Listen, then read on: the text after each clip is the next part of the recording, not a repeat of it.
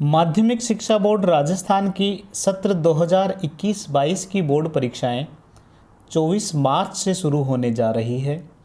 इसमें अपने subject biology की परीक्षाएं 16 अप्रैल को होने वाली है।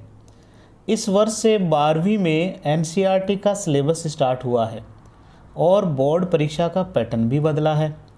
इस वर्ष परीक्षा का समय 2 घंटे और 45 मिनट का होगा, जिसमें 4 खंड होंगे।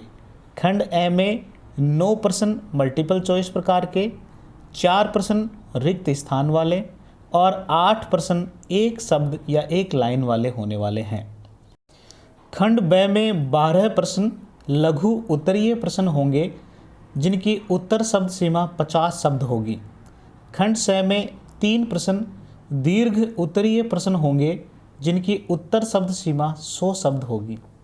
और खंड द में 2 प्रश्न निबंधात्मक प्रश्न होंगे, जिनकी उत्तर शब्द सीमा भी 100 से 150 शब्द होगी।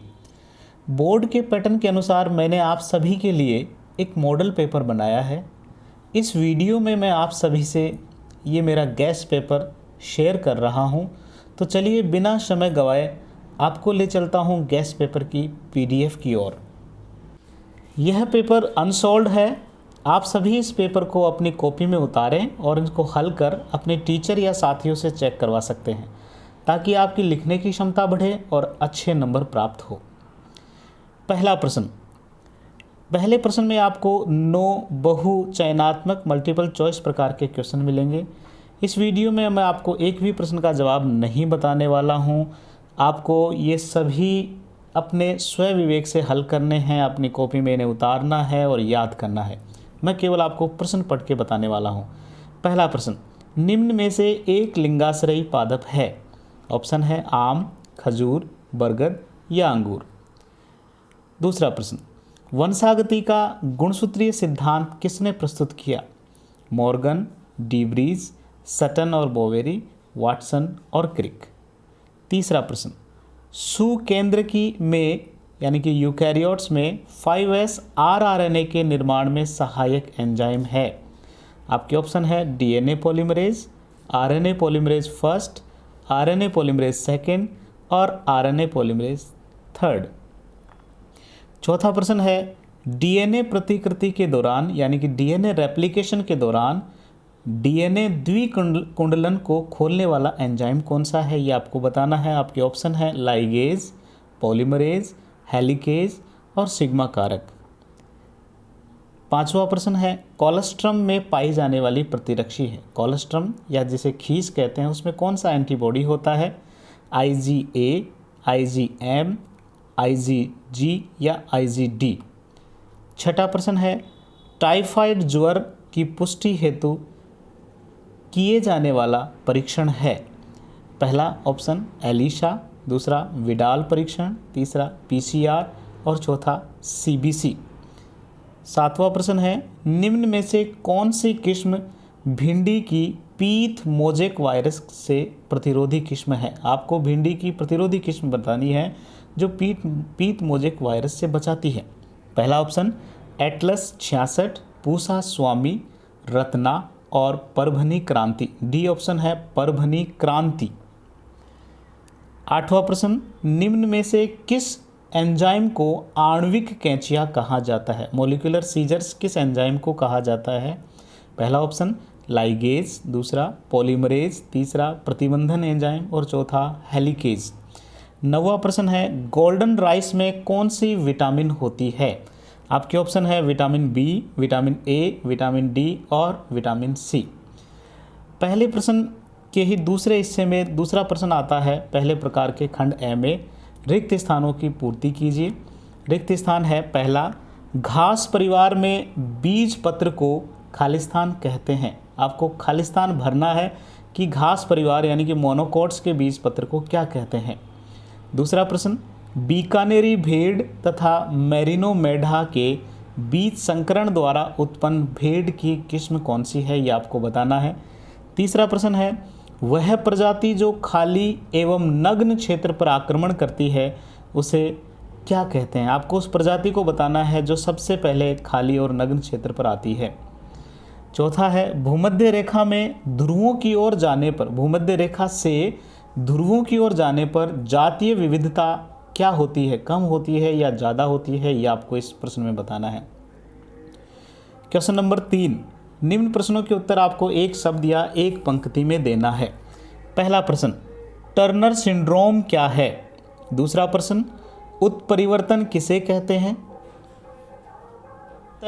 प्रजनन अवसादन क्या है? चौथा प्रश्न, विषाणु से संक्रमित कोशिकाएं किस प्रोटीन का स्रावण करती है? पांचवा प्रश्न, पैलिंड्रोम क्या है? छठा प्रश्न, आनुवांशिक रूपांतरित जीव किसे कहते हैं? जीएमओ किसे कहते हैं? सातवां प्रश्न, सहविलुप्तता किसे कहते हैं? सहविलुप्तता किसे कहते हैं? आठवां प्रश्न है, पारितंत्र सेवाएं क्या है? उदाहरण दीजिए। Next question number 4। अब इससे आगे जो आने वाले 12 प्रश्न हैं वो सभी 1.5 नंबर के होंगे। चौथा प्रश्न, जीव विज्ञान के विद्यार्थी होने के नाते आप परिवार नियोजन हेतु कौन से उपाय सुझाएंगे? आपको कोई 3 उपाय लिखने हैं इसमें।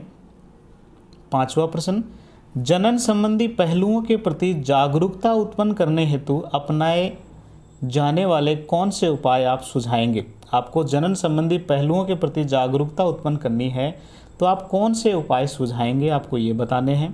क्वेश्चन नंबर 6, विषाणु मुक्त पादप तैयार करने के लिए पादप का कौन सा भाग सबसे अधिक उपयुक्त है तथा क्यों? ये आपको कारण सहित बताना है।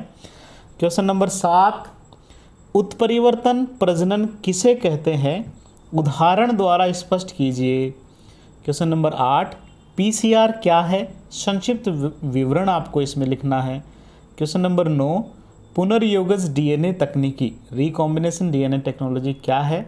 उसका आपको आरेखीय वर्णन करना है। 10वां प्रश्न, जीन चिकित्सा क्या है? उदाहरण द्वारा स्पष्ट करना है। 11वां प्रश्न, जानवरों द्वारा प्राप्त इंसुलिन कुछ रोगियों में एलर्जी उत्पन्न करता है, कारण स्पष्ट कीजिए।